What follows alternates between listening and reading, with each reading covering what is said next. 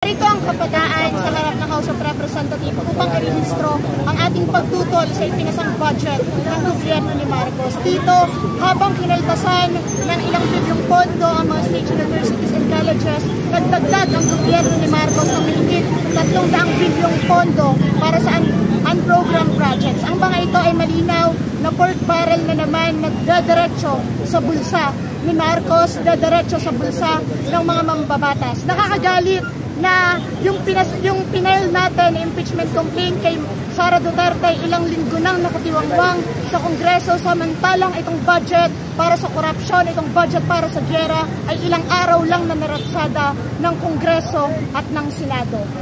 Muli na namang pinatunayan ng gobyerno ni Marcos na walang aasahan ang kabataan sa kanyang gobyerno.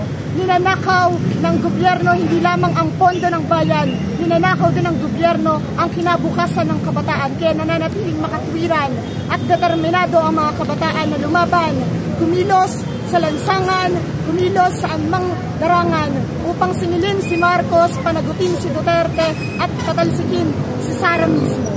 Kaya panawagan ng anak bayan sa mga kabataan na tumindig at kumilos, sumama sa mga protesta, sama-sama nating panagutin si Marcos, sama-sama nating singilin si Duterte at ilaban ang ating kinabukasan.